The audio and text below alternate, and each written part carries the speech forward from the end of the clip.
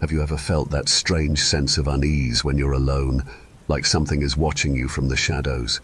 What if that feeling isn't just your imagination? What if those bumps in the night, those fleeting glimpses in the corner of your eye, are something much more sinister? Tonight, we unravel the mysteries behind 3 terrifying stories that will make you question what's real and what should remain unseen.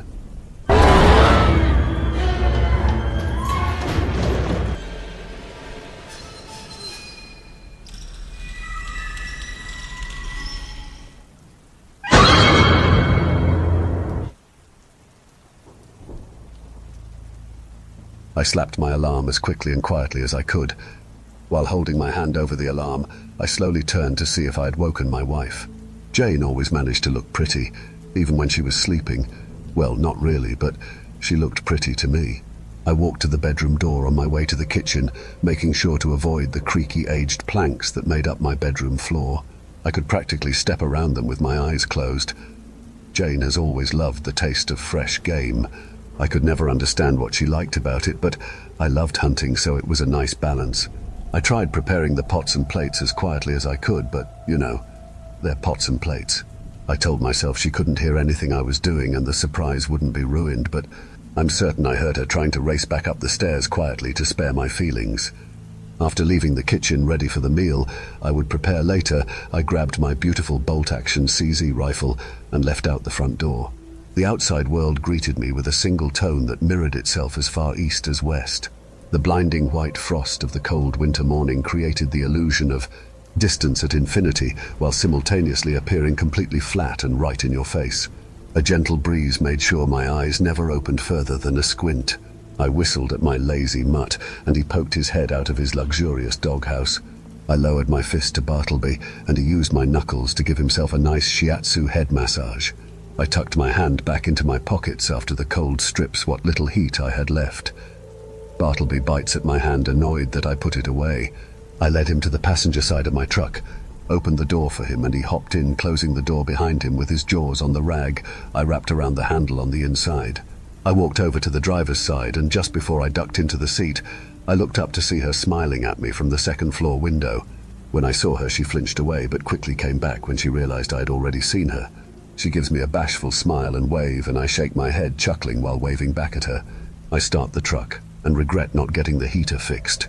Even on high, it's only barely enough to allow me one hand on the wheel while I warm up the other. At least she's a reliable rig. We cut through the fresh snow with ease on the main road, heading towards a nice hunting spot that I frequently visit. Bartleby had already buried himself in his smelly blanket and refused to come out. I pat him over the blanket. "Come on, boy. Haven't you slept enough?" He stubbornly gives me a soft woof. I reach into the glove box and pull out a package of dried venison. I lay a piece next to his snout, and he briefly pokes his nose out to sniff and lick up the treat. I rub his head and continue down the road until I reach my right turn. After arriving, Bartleby and I left the truck and headed towards the tree line. Bartleby immediately finds a tree to mark his territory at, and as I wait for him, I begin to load up my rifle one round at a time. The forest is oddly quiet until I hear faint footsteps in the distance. I squint my eyes to try and see what's causing the noise, and I see something coming towards us from in the woods. I used my scope to get a better look at the animal and saw that it was a wolf sprinting in my direction. I looked further up and saw an enormous pack of snarling wolves following closely behind the first. My eyes widened as an electric wave of shock sprang from my heart to all of my fingers. Despite the biting cold, I broke out into a sweat. I hadn't even realized I dropped my bullets. After they lightly landed on the ground, I had already turned around to run for the truck, stopping when I didn't see Bartleby following. I must have stopped too quickly because my feet easily lost the ground, and I found it with my hands and nearly my face. I got up as quickly as possible, ignoring my stinging hands. I ran back to Bartleby with the stampede of menacing black fur and white hungry teeth in the background, growing in size with each passing moment. You don't realize how large a wolf really is until you see one with your own eyes. As soon as I could reach him, I grabbed his collar and yanked. He got the message and began following. We weren't far from the truck, but the wolves also weren't far from us. Their paws were dreadfully audible now, and as I ran, I couldn't tell if the panting directly behind me was my own dog or a wild wolf. I must have been panicking too much because after I reached the truck, I ended up on my ass again. "Damn it!" I exclaimed as I missed the handle by mere inches. I looked up and it was too late. There was no time to make it back in the truck. Bartleby stood over me like a lion. He braced for the gnashing jaws of fierce wolves, but the impact never hit. The wolves ran over Bartleby and I as if we weren't even there. They completely ignored us and continued running as a pack, as if they were caught up in a blazing forest fire and had made a temporary alliance with all life in the forest to just escape. I watched them cross the main road I had turned on. Their large frames shrunk to nothing in the vast empty canvas that blurred the lines between heaven and earth. The only discernible point of reference was the sun, faded behind clouds with no depth or shadow. I sat there in silence for a moment, trying to calm my breath.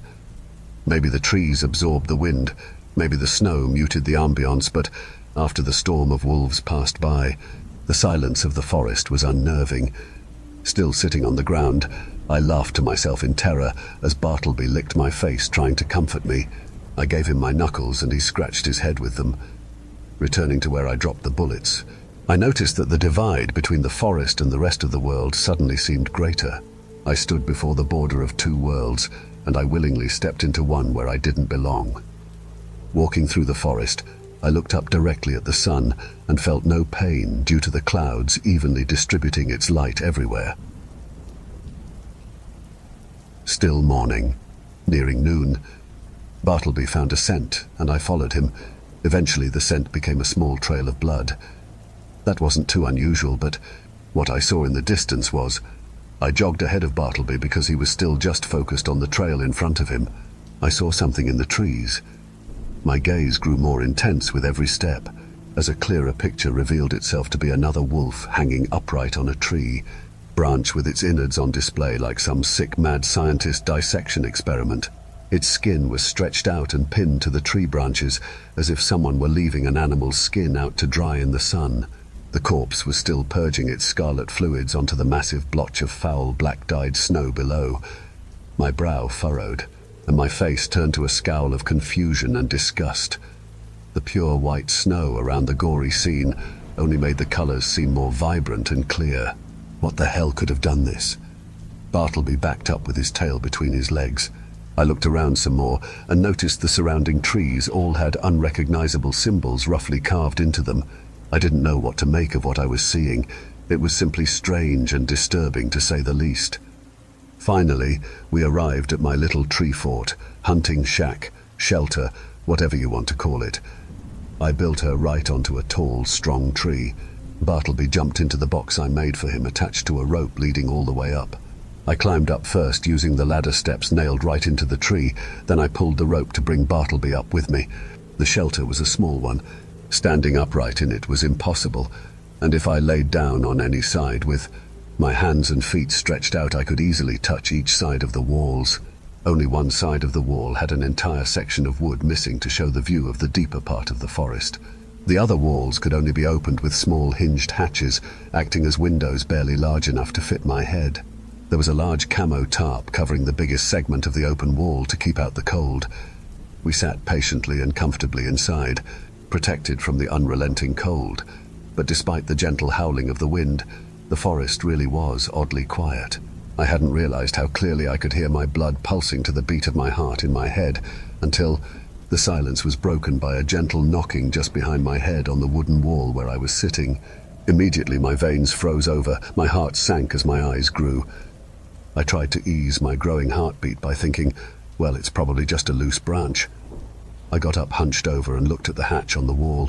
I hesitated as I began to raise my hand towards the lock, when another 3 knocks halted my movement.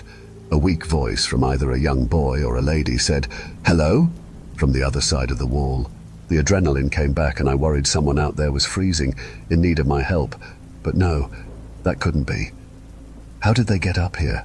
Have they been here for some time before I even arrived? Are they just hanging on the tree? No. If someone was out there in need of help, they wouldn't be waiting outside a shelter. I would have found them in here when I came up. I looked at Bartleby and was surprised he hadn't started barking. He stared at the wall intensely without moving. I opened my mouth to respond to whoever was on the other side, but for some reason, my instincts were telling me to do as Bartleby was doing. Bartleby and I sat still, feeling like my heartbeat was being too loud. My body strained from being in an awkward position for too long. It felt like any small movement would mean trouble, so I ignored the static in my legs as they fell asleep from being in a crouched position for so long. The silence was broken by the sound of frozen planks cracking under the weight of something on the roof. I hadn't sealed the roof as well as the walls, so there were slits where the planks joined. Light weakly pushed through, and whoever was out there began blotting out what little rays of light made it through with their limbs. It began with one patch covered as flakes of undisturbed snow fell where pressure was being applied. Then another landed as the first moved away to a new spot. Another two appeared behind the first two. Whatever was out there was taking their time crawling on all fours. I began to question whether I had really heard a voice, or if the silence of the forest had finally gotten to me. My lungs forgot how to work as I watched it continue across above us. After it reached the edge of the shelter, there was one last creak slightly more audible than the others. The shadow disappeared from the roof and briefly returned where the tarp was hiding us from the outside world. It had jumped. There was a thud on the floor below, muffled by the snow, then rapid footsteps that quickly decreased in volume. I finally remembered to breathe again and made my way to the tarp. I lifted it and looked out. Bartleby joined me in my search, but we only saw a small patch of upturned snow that broke the wavy, frozen white ocean and footprints leading away from us. I looked around for a while longer before retreating back into the shelter. Bartleby decided to stay and watch for me. I quickly checked the hatch on the side of the wall where the knocking originated. Sticking my head out, I saw nothing unusual. I locked it again and sat back down, still processing the odd occurrence. Had I really heard a voice? A few minutes later, Bartleby began softly barking at me, trying to bring my attention back outside. "What do you see, boy?" I asked while making my way over to him. I squinted into the distance where he was looking and saw movement far away. By the color of the animal, I was fairly certain it was a deer. I grabbed my rifle and put my scope in the animal's direction. I saw a deer slightly hidden behind a tree. The shot wasn't ideal, but clear enough. For a moment, I had forgotten about all that had happened up to this point, but was quickly reminded that it wouldn't end there. After focusing my sights on the deer, I noticed it wasn't quite standing, but not laying down either, and it was lightly convulsing and momentarily twitching, causing its limp hanging head to rock unsettlingly, as if its bone was disconnected, clung together only by flesh and muscle. The deer appeared to already be damaged. Maybe a wolf got to it before, because part of its coat was hanging off of its body, and the fur was dyed red by its own blood. Not too long ago I had just woken up, well rested and with all my strength, but this day has worn me down emotionally. My mouth hung suspended in motion to speak, but being unable to find the right words to ask, and no one was even around to hear me. No one was around to hear me. I dropped the scope and looked down at the ground in need of a break from the incomprehensible scene before me. After taking a breath, I decided the deer was sick. I'd hunt it, but only to put it out of its misery. I had no intention of taking that back home with me. I fixed the scope back on the deer, and almost as soon as I did, I jumped when the deer's neck suddenly snapped back in place. Its head turned to aim its eye at me, and it felt for a split second like we had switched roles. Fear manifested as a shiver down my spine, amplifying the winter air around me. I hastily planted the crosshairs on the deer's chest, as if to desperately take back the role of the hunter, and pulled the trigger without focusing my shot. The banging echo of the gun cracked through the forest, bringing it to life only for a moment. In the blink of an eye, a black dot appeared on the deer's chest as the bullet ripped through its body. The deer shook mildly at the bullet's impact, but otherwise stood like a boulder. The wound didn't even bleed. With no other reaction, the deer simply turned its head and ran off, or at least, it tried to run. I must have severed some sort of nerve, because the deer moved like how my dog would walk when I would put shoes on his feet, but Bartleby looked cute doing that. But this deer was simply uncanny. After the deer was long gone, I wondered if chasing it was a good idea. I didn't even want to touch it before, but my curiosity pushed me forward. Bartleby didn't like the idea, and whimpered as we first followed the footsteps of whatever was knocking on my shelter. I noticed that those footsteps were oddly humanoid. They were in the direction of the deer that I had shot, so I studied them as we went. The walk seemed longer than it should have been. I looked up at the sun. It was just past noon now. I looked around the still forest, half expecting to see more odd symbols etched into the bark. "That'd be creepy," I said out loud. Arriving where the deer had been when I shot it, I saw a gruesome scene. Despite the small hole, void of blood that the bullet had made on the deer's chest, the snow here was nearly completely melted away from the nauseating amounts of blood poured onto it. There was a pile of shredded organs on the floor, some bones littered the area, and others were still attached to the muscle. There was even a skull there, all belonging to a deer, I assume. Steam rose from the heap of warm deer guts, and I gagged after staring far too long. Questions raced through my mind. I don't know what it was that was pushing me to follow the deer I had shot, but whatever it wasn't common sense. I was stupidly desperate for answers to questions I should have never asked. At this point, snow began to dance down around me from the sky. I had to move quickly before losing the trail. Bartleby loyally but reluctantly followed behind as we walked for nearly an hour in a direction I don't think I've ever walked before. The footsteps were fading as the intensity of the falling snow increased. My vision was obscuring as the snow slowly became a mild blizzard. I saw a large dark spot in the ground ahead of me. After an hour of walking, the ground rose upwards until it became a hill where I stood. The dark spot eventually revealed itself to be the mouth of a gaping, hungry cave. I was done at that point. I didn't feel it'd be worth it, and I didn't have time to go off on a side adventure with my wife waiting at home. I was already late, so I turned to leave. But something had caught me off guard. I turned around to check if what I saw was reality. The footsteps I had been following abruptly ended. I was afraid to acknowledge I had been tricked. I looked around my surroundings, and where I stood, there was a treeless patch going over and around the cave. I've heard of animals like foxes backtracking to avoid predators, but what kind of animal would use that to catch prey? I looked to Bartleby for answers, and he was focused on the trees behind us. I turned back around and followed his gaze. The blizzard was giving the distance a white tint. Bartleby began growling and barking. My hairs stood on end at the thought of an unseen enemy. I wouldn't have seen it if it hadn't moved. A single hand with long, slim fingers wrapped around a tree far away, opened like a flower in bloom. The tree was thick, and yet this thing had half its hand around it. I looked upwards and saw the silhouette of a head. The blizzard blurred its features on the thing, but I had seen enough. I froze. I hoped that what I was seeing was just an illusion brought on by the blur of the blizzard, but I had to make sure. Those few seconds of stillness stretched into hours. I steadied the gun on my shoulder, aiming at the now still figure I had, to know if there was something really there. Bartleby had been whimpering, and his cries increased exponentially as I aimed. Just as I fired the bullet, I felt an electric current shock my left leg. I looked down and saw Bartleby biting my leg hard, tugging at me while whimpering like I'd never heard him do before. He threw my shot off, but I caught a glimpse of the figure recoiling as a misty red cloud bursts from its shoulder. My eyes returned to the figure, and it was sprinting at me on all fours. This was no illusion. I didn't wait to find out what its face looked like, undisturbed by a hazy storm. Bartleby led the way into the cave, and I followed without protest. My footsteps' echo grew as I pushed further into darkness. Eventually, I found a boulder for Bartleby and me to take cover behind. I turned to the entrance and saw the silhouette of the figure pause there, standing on two legs. I aimed my rifle again, and it ducked down, beginning to crawl again. I could no longer see it. All I saw was the bright outside world at the end of the tunnel. I sat there with Bartleby for a couple minutes, just listening for any movement. The wind caused an almost whistle-like effect inside the cave, making it difficult to make out which sounds were real and what was in my imagination. I decided it was best to keep the rifle in a defensive position as a shield rather than hope that I'd have time to lock onto my invisible target guided by sound alone.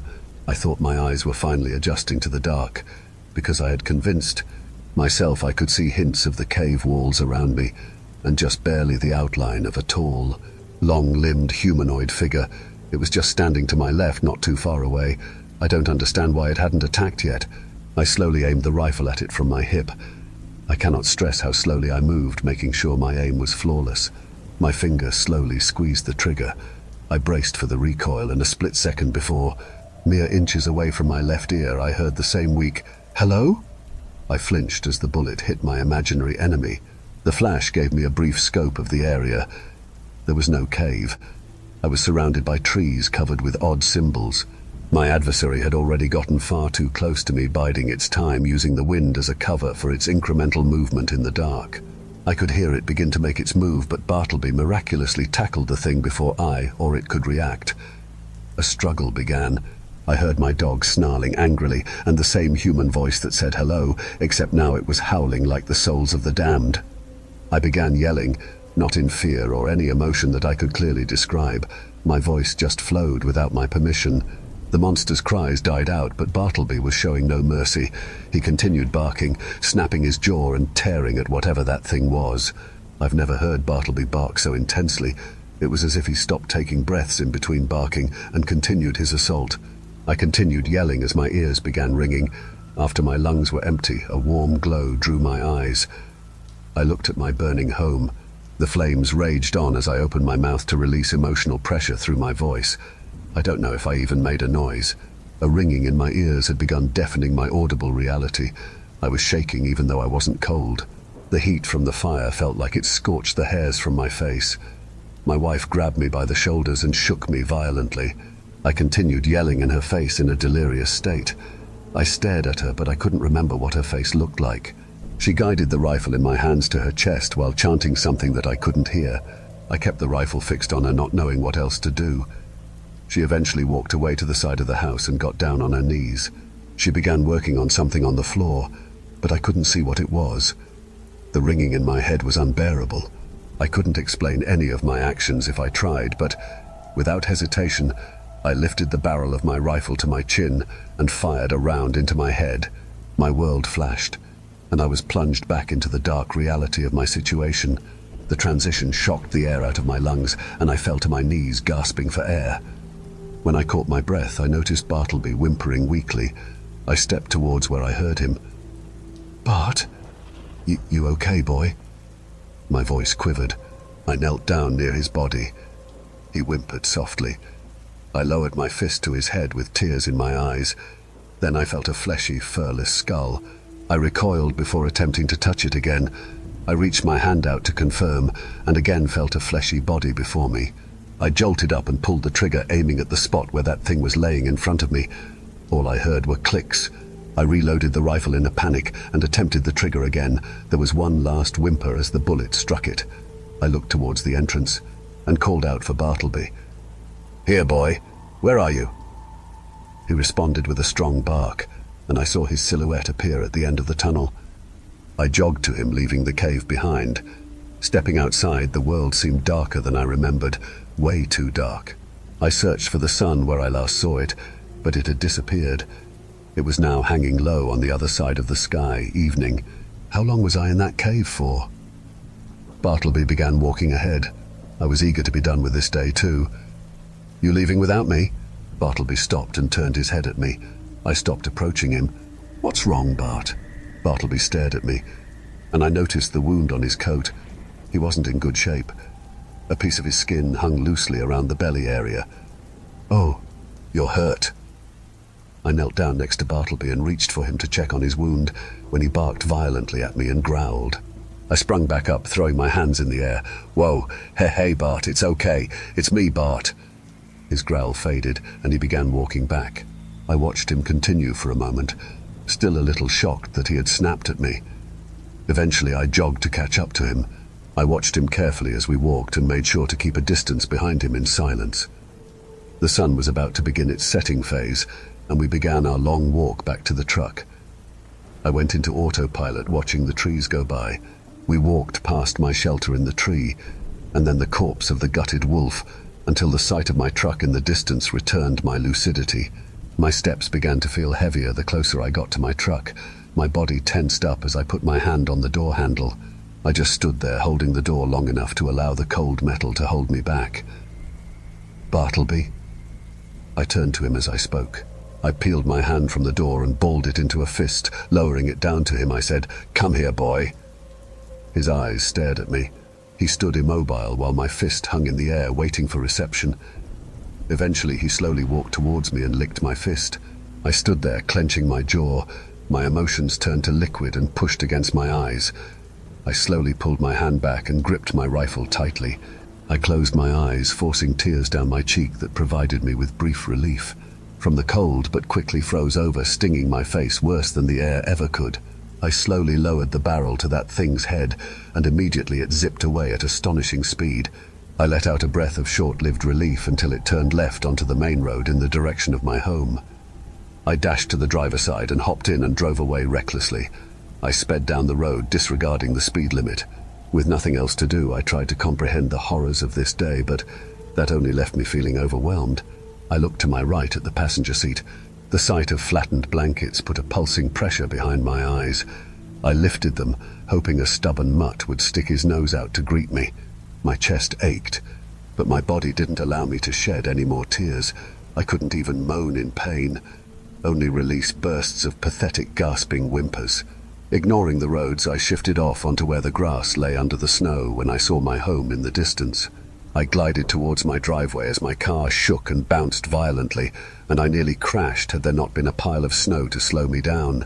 I threw the door open, and as I stood out in the cold of the growing dark, I saw my wife standing in the bedroom window, embraced in darkness. She had one hand raised, waving at me. My muscles went limp, and I shook as the strength of my will bled from my very being. I calmly walked up the steps of my porch and pushed open the door that had already been left half open. It was just as cold inside as it was out. I shut and locked the door behind me and made my way up the steps, making sure to hit every creaky floorboard until I reached my bedroom door. My hands rattled violently as I revealed more of the room while pushing the door open. The thing wearing my wife's skin waited for me to see it, adjusting the stolen skin as it slid over its skull like a cheap mask. Gripping the rifle in my shaky hands, I began to raise it to my chin. That's when it jumped towards me, inserting its fingers into my right side like it was warm butter. I don't remember falling, but I sat there against the wall, looking at my exposed rib and heaving lung. Somehow I never lost my grip on the rifle. When I looked up at the thing, it had been momentarily blinded as the stolen skin shifted around its eyes in the commotion. I somehow found the strength to get up on my feet with a horrible gurgled grunt in my throat. I stumbled down the hallway to the hatch leading up to my attic. I struggled to reach it with half of my torso muscles gone. Eventually I brought the ladder down and climbed. I turned around, and the thing was still desperately trying to readjust my wife's face onto its own, like its existence depended on having an identity, even if it wasn't its own. I could see its bones shift like they were each their own separate entity. I continued up and locked the hatch when I was in the attic. I stood leaning on the slanted ceiling around me with my rifle aimed at the hatch. It banged on the hatch, each strike fully intending to pulverize the barrier. When it inevitably came up, I fired a round into its chest and confirmed my suspicion that a single round wouldn't do much, especially in my limited time. I finally got a good look at this demonic being. It seemed to have given up on my wife's face and showed what it was really made of. Its facial features writhed, desperately changing shape as if it were waiting for an input. Same went for the rest of its body, except for the parts where the stolen flesh hadn't fallen off. I fired again, this time aiming at the water heater behind the thing. It hissed moments before the bright flash sent me against the wall. I felt the burn of heat and cold simultaneously. The blaze burned the hairs off my face, and the cold behind me made them stand on end. I was weightless for the few moments I spent falling. I don't remember hitting the ground, but I woke up dazed. There was a patch of dirt unbothered by snow on the side of the house, where a pretty red-leafed plant was growing next to me. I was worried I had crushed part of it with my fall. The world was blurry and seconds passed by as minutes. The world went dark as I closed my eyes. When I opened them again, I heard the shrieking bellows of 1,000 souls, both human and animal. When I looked at the source of the hellish cries, I saw dozens of contorted limbs writhing as fire freed the souls trapped in the demonic vessel.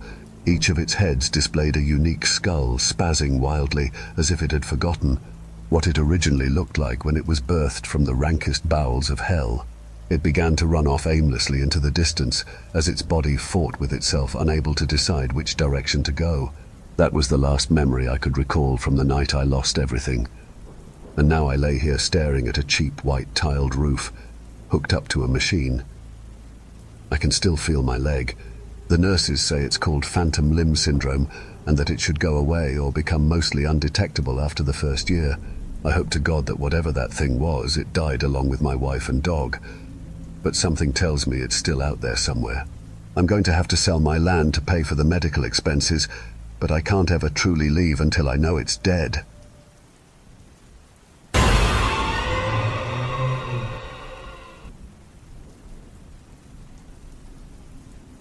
I dropped out of my freshman year of college when I found out I was pregnant with my daughter. I had just turned 19, and although I was legally an adult, I had no idea what I was doing. I felt like a failure for dropping out, but I focused on being a parent and worked nights as a server and eventually a bartender. Everything was about as okay as it could be, until shifts became more and more scarce at the restaurant I was working at. I desperately wanted more money to care for myself and my daughter, and I wanted it much faster than it would have taken to finish my degree. Anyways, I knew that bartenders made significantly more money in the city, so I started searching for job postings online. Ultimately, though, my searches were fruitless. I ended up being reached out to by a friend named Morris that had worked at the restaurant briefly before he was recruited by another friend to work at some bar in the city. I trusted his judgment, so I agreed to come interview for the position. The people here are rich, Kel, filthy rich, but they're assholes. You're gonna need to have thick skin. I didn't mind. I was thrilled. I showed up for my interview on a Thursday night in September. I remember viscerally feeling the stark contrast between the bustling city street and the bleak, faceless building. No windows, no name. 6 stairs led down to a solid black door that I half-heartedly trusted to be the entrance to my new job. The place was beautiful. Warm, dim lighting, softly illuminated black marble high-top tables. Most of the tables were empty, but it was a Thursday after all. A couple were occupied with well-dressed women that looked to be in their 40s. One looked at me up and down with a condescending smile. I peered down at my own clothing, tugging slightly on the hem of my blouse. A man came walking briskly towards me from what seemed to be the kitchen. He was short with jet black hair that seemed intentionally oily. "Kelly?" he asked, offering out his hand. He introduced himself as Craig and walked me to a table near the back. It was made clear that the job was already mine, and I was so grateful to Morris in that moment for speaking well of me. Craig made copies of my ID and had me fill out some standard paperwork. "Now, Kelly, honey, I don't know how much Morris has told you about our little spot. The nature of the work here is unique." I nodded my head, noticing Morris out of the corner of my eye, standing behind the bar. He looked stressed. "Yes, sir, he's told me some," I responded, aiming to look interested and focused. "Our clientele is very affluent. They expect stellar service. They come to our place here not just for food and drinks, but entertainment. Most of them are also very private," he said, looking down and shuffling through papers. "I understand. If you choose to accept the position, you'll be signing a non-disclosure agreement. Nothing crazy. Some of our customers have very high-ranking positions in the community and would rather the details of their leisure not be shared." I have to be honest, I was a bit taken aback by this part. I also had no experience in a place of this caliber, so I kept my mouth shut and nodded in agreement. "Morris will train you behind the bar and brief you on the rules." "Great. One last thing, assuming you'll accept our offer, your employment will be contingent upon a reasonable score on our aptitude test. It'll take you maybe 15 minutes. You'll receive a link in your email." I agreed, shook Craig's hand, and he sent me behind the bar with Morris.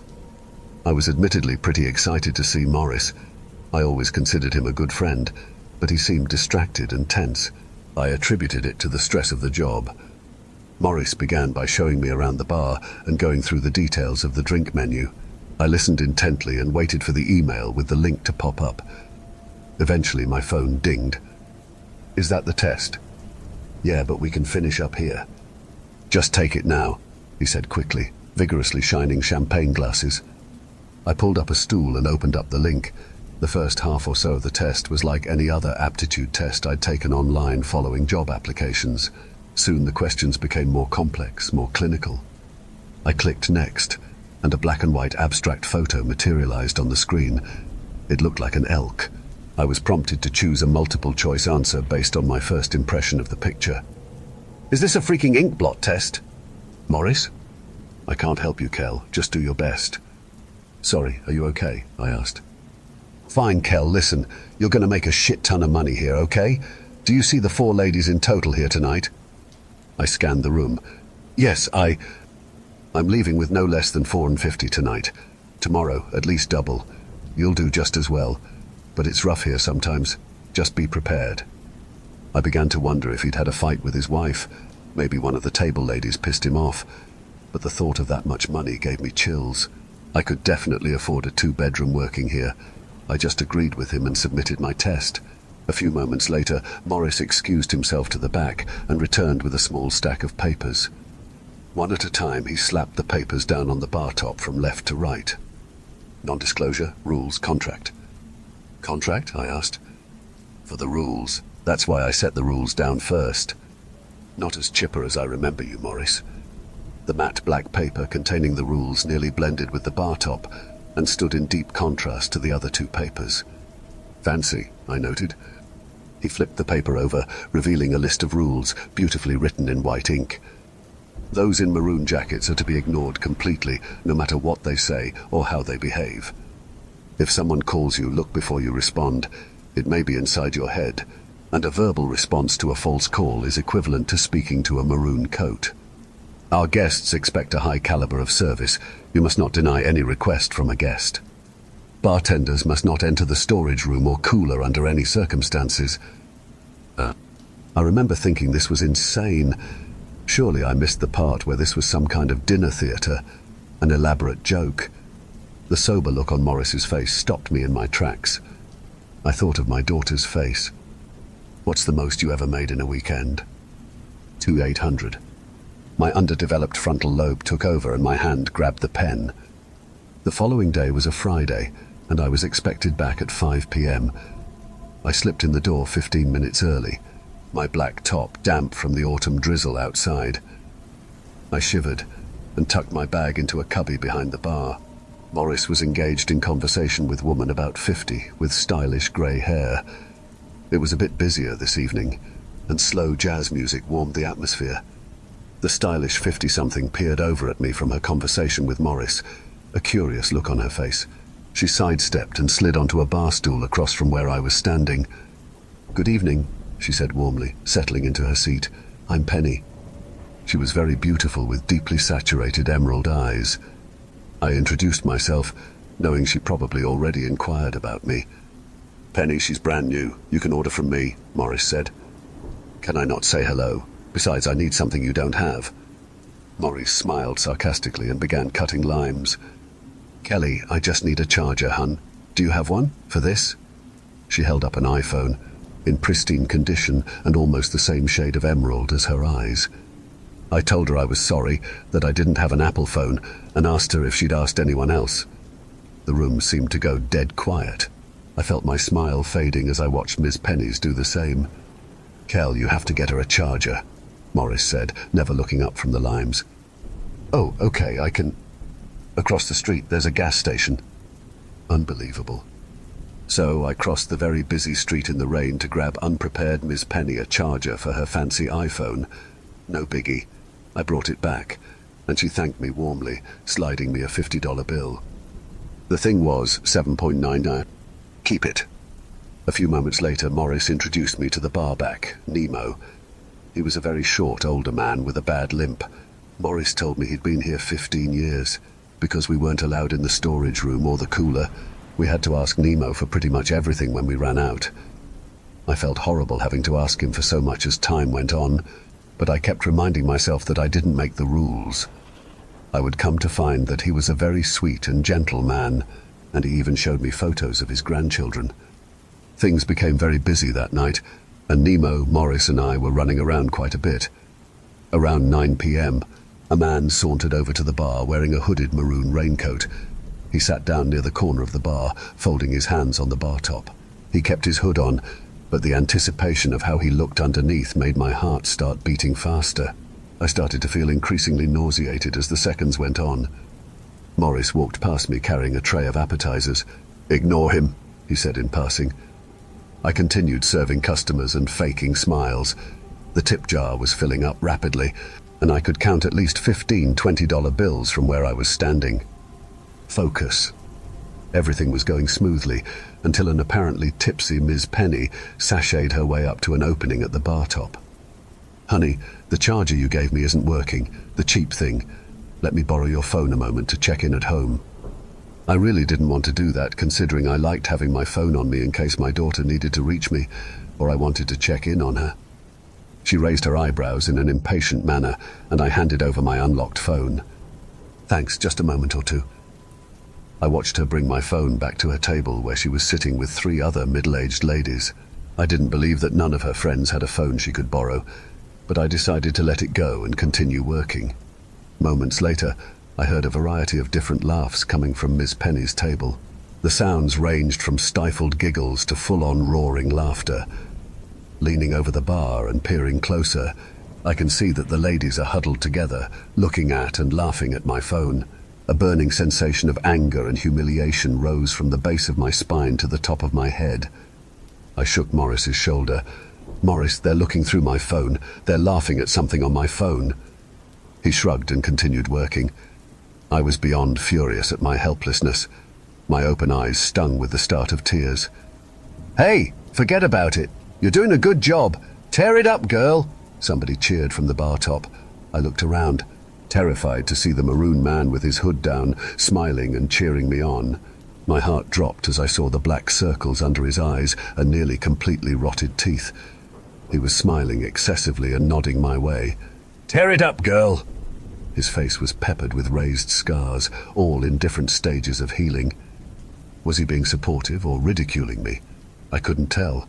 I quickly turned my head towards Morris, who was sporting a very concerned look. He slowly gave me a thumbs up. "Ignore it," he reminded me. "Tear it up," I repeated to Morris.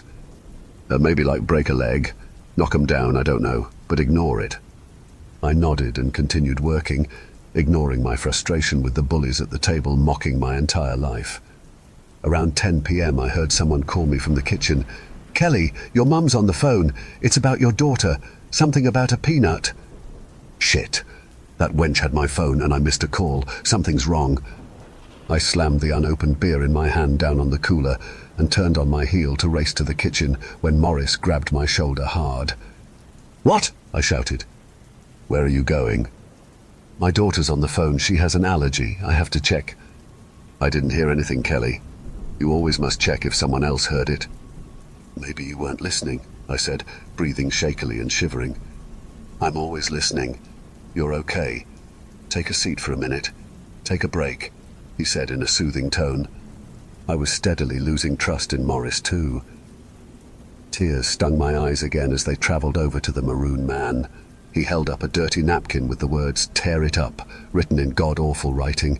He was nodding and giggling like a child. He was really starting to piss me off. Looking more closely at the maroon man's artwork, I could see that the letters looked to be written in a perfect crimson colour. I grimaced and strained my eyes to see more closely. In his right hand he held a small box opener, and his left arm was dripping blood. "Maurice!" He looked over, almost instinctively, at the maroon man. "There's nothing we can do unless a guest requests him to be removed," he said. The sting of tears had become a full-blown stream falling down my cheeks as my nervous system lit up with terror.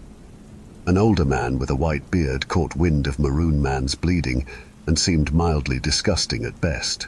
He beckoned Morris over with the curl of his finger, and Morris disappeared to the back. A few moments later, a man in a white coat escorted the Maroon back to the kitchen and what I assumed to be out the back door. Relief washed over me, and I started breathing more deeply. I felt sorry for the man. I wanted to go home. I wanted to see my daughter. I was mixing a drink for a woman at Penny's table when an ear-splitting, visceral scream came cascading from the kitchen into the bar. It sounded like an animal being gutted alive. "Maurice, did you hear that?" I said breathlessly. He turned his head away from me, grinding a lime into the bottom of a mojito glass. "No, I don't hear anything." Liar. I brought the pretentious drink over to Penny's pretentious drunk friend, and Penny finally gave my phone back. She looked me up and down like a predator and told me she's glad my blonde phase stayed in the past. She slid a $100 bill across the table and thanked me for my entertainment.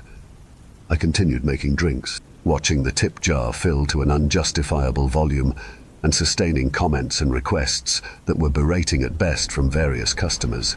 I was asked to show a man my tattoos, even the ones I had to unbutton my top to access. One man refused to let me button my shirt back up until I sang the national anthem for him, his eyes covering my skin the whole time. 12:05 a.m. came, and it was clear we weren't getting a break from work or otherwise. I needed the money badly, and as long as I left in one piece, I was planning on sustaining the night. Nemo came and stood next to me, putting his hand on top of mine. "It's going to be okay, honey. You stay, or you finish your contract and never come back again. Either way, you're going to be okay. I'm not coming back tomorrow. Nemo, the money I make tonight will hold me over until I find something else," I said, wiping off a liquor-soaked menu. Nemo's eyes were saddened, and he lifted his hand off of my own. "You don't have a choice, Kelly. Didn't you know?" "Of course I have a choice, Nemo. They can sue me if they want to, but they can't drag me into this fucking place." He paused, looking at me like he was mourning me at my own funeral. "You'd be lucky if they only dragged you back. Think of your daughter." I backed away from Nemo at that point, shaking my head in disbelief. "He's crazy too, my only friend." 1 a.m. came, and I had 2 more hours in hell before I would leave this place, file a police report, and never ever return. The youngest man I'd seen at the bar yet sat directly across from where I was standing, cutting fruit. "Is this Kelly?" he asked Morris, as if I couldn't speak for myself. Morris nodded, clearly annoyed. You could feel the history between them. The man was obviously already drunk. "Kelly, have you met Morris's wife?" he asked, tilting his head to the side. I shook my head, exhausted. "How about you call her and let's play a little prank on her?" Morris's face turned to stone, and he gripped tightly on the bottle opener in his hand. "Let's have you call Toya and tell her Morris is leaving her for you, that he was too much of a little bitch to tell her himself," he said, sneering like a badly behaved child. My face burned with embarrassment. Are all the rich so sadistic? Just then, the man with the infatuation with my tattoos sat next to sneering trust fund boy, wrapping his arm around his shoulder, drunkenly engaging him in conversation and relieving the tension for a moment. "Go take a break," I whispered to Morris, hoping the man would forget his request. Morris snuck off into the kitchen. "So, Ronnie, you've met Kelly, huh? Doesn't she have the sexiest tattoos?" the older man asked, making unwelcomed eye contact with me. The drunken young man nodded, uninterested and looking at his phone now. "I really like the one with the little dove." "My favorite too, sir," I remarked, smiling against my will. It was true, I'd gotten it for my daughter. "Lets you let me have that one, huh?" he slurred. You want the same tattoo?" "By all means, I won't get you for copyright infringement," I said playfully, immediately feeling tense from my boldness. "No, I want that one," he said, cocking his head to the side and smiling gleefully. He slid something green and plastic out of his pocket, clicking a level with his thumb to expose the tip of a box cutter. My heart pounded in my chest, and my vision went blurry. There was no way the guests could take things this far. I looked around, silently begging anyone to have the decency to interject. My hands went cold, my fingers twitching. I peered at the exit to see the bouncer with his massive arms crossed, centering himself in front of the door. Hypervigilance took over and I scanned the room desperately. Morris was gone, and I knew he wouldn't be able to help me anyways. He was under contract too. Fucking contract. The 2 Machiavellian men grasped each other's shoulders, laughing at my distress. "Come on now, I'm a good tipper, sweetheart. Just the little dove," the tattoo fetishist cooed. I continued scanning the environment, my body paralyzed with fear.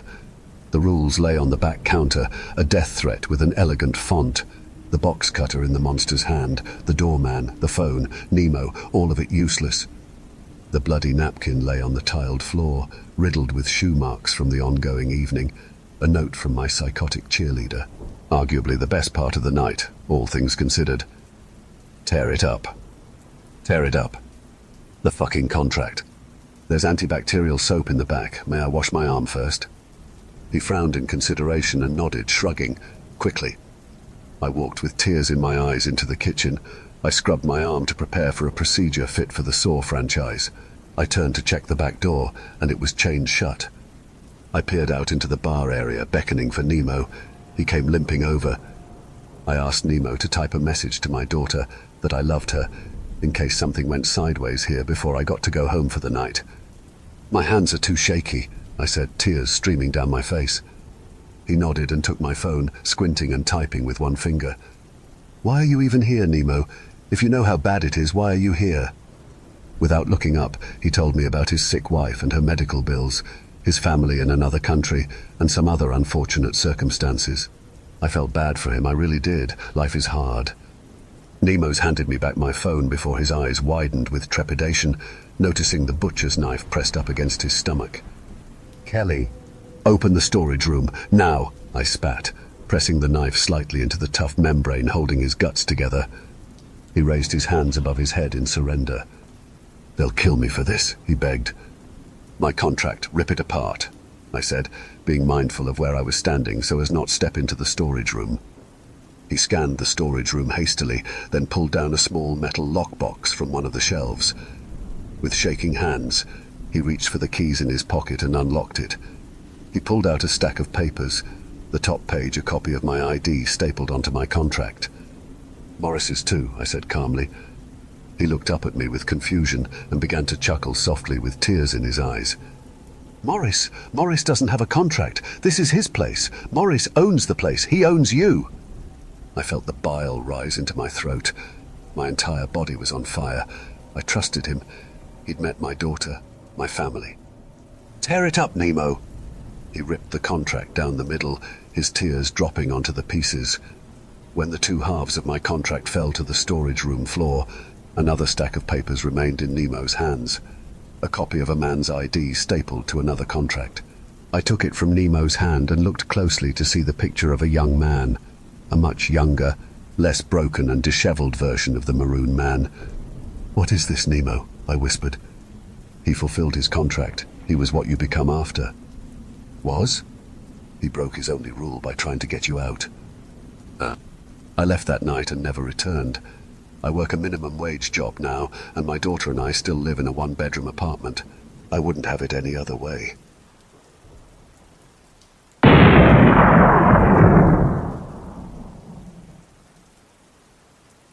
I decided to do a little urban exploring to get my mind off my mother-in-law's cancer. She had been sick for half a decade, and it had made home life dreary. I was there for my wife, but there was only so much I could do, comfort her, as she was always one to deal with this stuff on her own. You can only get told to fuck off so many times before you start to take the advice. My wife liked company but preferred to grieve on her own as she felt it fostered self-sufficiency, whether I agreed or not. This did give me time to pursue my own hobbies, such as acting like exploring abandoned buildings like I was 15 again. I hopped over the rusted gate and ran into the decrepit building to avoid any chance of getting caught. I'm not sure why my interests became so morbid after her mum got ill. Maybe this was my subconscious way of coping. Perhaps my mother-in-law meant more to me than I realized. Whatever the reason, I had gotten past the point being afraid of anything and felt I had to keep upping the stakes of my explorations to keep myself from thinking too much. So on I went to use danger as a form of escapism. I was looking through rooms in order to find any freaky mysteries buried by the hospital to give this more of a video game vibe. I managed to break open what looked like an old chief of medicine's office. Just the normal stuff. Carved pentagrams, swastikas, insults, 666 and a bunch of other symbols that looked like they came from an 80s metal album. A bit disappointed, I decided to sit for a bit. Many of these buildings didn't scare me at all, and I needed a break as I came here straight from work and haven't had time to rest or eat. I've explored enough to know where the most important secrets in these places hide. It all came through the heart of the facility. Where the heart of the building was depended on the specific facility. Factories were a mystery due to the excessive number of nooks and crannies. Homes, despite their size, might have been worse. With schools and offices, you just had to search the right desk. But hospitals were always the chief of medicine's office. I guess there were too many unstable patients to put it anywhere else. Scrambling through files, I was about to just head home when I saw something interesting. I picked up a folder with the symbol of a circle and lines standing around it. I removed a document, and from what I read, there happened to be a special group in this hospital. A cult, I figured. There was a makeshift map on the back, which made me think there must have been something pretty cool in this room. I didn't find this in the trash. It was in a drawer I had to jimmy open, which told this might have been an urban explorer's dream come true. You learn fast what is useful. I took a map of the hospital and followed the instructions from the document, which led me to the 3rd floor, towards the end of the hallway. I made my way to the destination only to find a wall. Thinking the wall might be hollow, I began to punch and hit the wall with anything I could find. However, the wall was solid, with no sign of paint or anything that would imply something used to be here. That didn't stop me, as I have become an expert on finding hidden entrances. One of the reasons I brought the map was to navigate these hard-to-find areas. I figured the entrance to this room might have been on the other side near the stairwell. I went around to the stairs and found that the room on the other side of the building. There was a secret entrance on the side of the stairs opposite the hallway I was in. Wanting to feel the thrill of uncovering a cool conspiracy, I climbed in the entrance, hoping I might make a difference in this world. I found myself in a pitch-black room that smelled like a large janitor's closet. I searched around until I found a sign of light, or a breeze that could indicate a way out. I found a door and made my way out and found myself in what felt like a small gymnasium. I heard a small yelp and headed for the sound. I had been exploring so much that stuff that should have terrified me, such as screams or signs of crimes, only intrigued me and pushed me forward. I turned a corner to find a room with a small light in it. I shoved my way in like I've been there before. I saw a small group of people, some men and some women, who were surrounding a shaking patient. I wondered if I walked into one of those live procedures that med students would watch.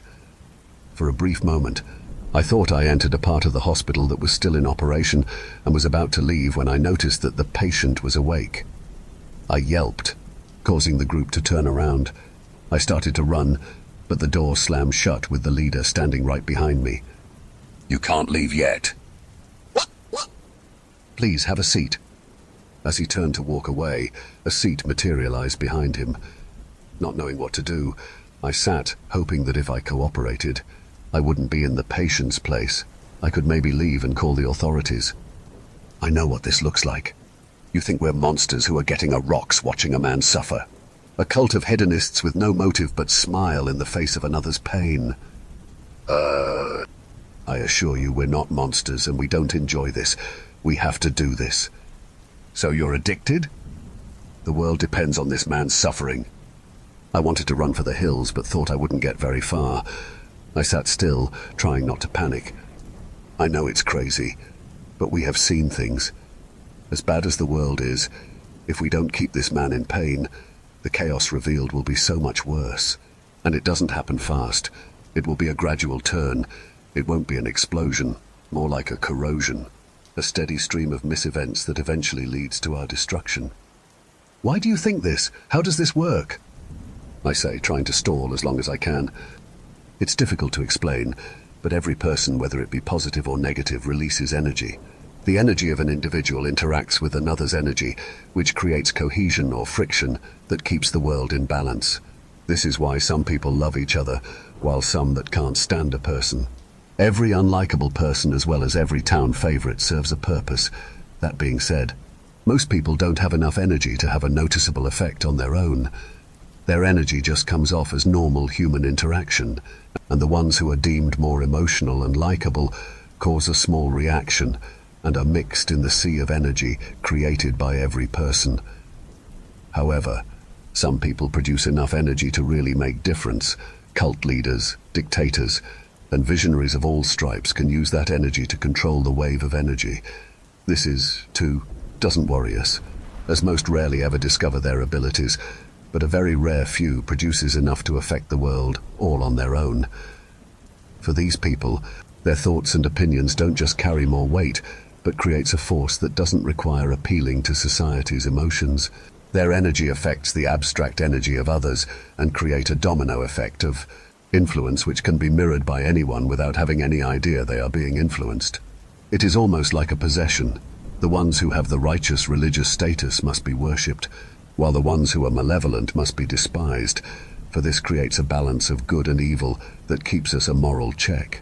The ones who the most energy is not able to control it. It must be controlled for them. This is David Eklund. He is what we call a negative unified force. His torture brings stability that we otherwise wouldn't have. What stability? The world is in chaos. If this were real, I think you guys found the wrong person. The level of chaos we'd have without this man's pain would be astounding. You think the political chaos is bad now? Imagine riots that can actually bring down countries. Imagine what comes up after is basically a black hole that just destroys. No one would believe in anything anymore. Everything would be about trying to destroy. What we have now is not chaos. How do you know this? This is ready. We've all had experiences with our doubt. This wouldn't just happen all at once. It always starts out with a relatively small incident. Maybe someone gets shot. Maybe his family or friends take exception to that and attempt revenge. Maybe that retaliation hits the wrong person, causing a political group to think it was a hate crime, which in turn causes a bit of protests, which causes an extremist group to act out, leading to riots from the protesters. Maybe the protesters get careless and injure a general in the crowd. Maybe this causes the police and military to get involved. This chaos would be much worse than what we've experienced the last few decades. This is a huge claim. Come on, we aren't monsters. We've all wanted this man to be free, but have experienced some of these mild calamities. There just isn't a way around it. I don't know. I hear a woman interject. I came here 2 years ago. I rescued him and took him to a shelter. I got a call from my mother that my sister had been committed. My sister has always had problems, so I figured it was a coincidence. My sister tried to eat one of the nurses, and she didn't make it. So my sister was put on trial. She originally got a light sentence due to her mental state, but was changed to the death penalty the next day. We were all confused at the sudden change of heart, but the judge wouldn't hear it. He said this cultish behavior has to stop. They put her to death the next week. This made my sister's case the fastest execution in modern US history. This caused an extremist church to bomb the state house, which caused a far-left group to react and shoot the pastor of their church. This the first time I've heard about political violence in my city, and the groups are normally on the opposite side of this issue. My town started splitting up into factions, and I began to feel like I was in an actual civil conflict. I remembered what this group had told me and decided to give their theory a try. I found Dave and promised him a meal at my place. I drugged him, put him in car, and brought him back here. The next couple days I saw both groups disband. People in the town lose interest their factionalism, and my sister's sentence was cleared as a mistrial. My family was awarded $500,000 for the mistake.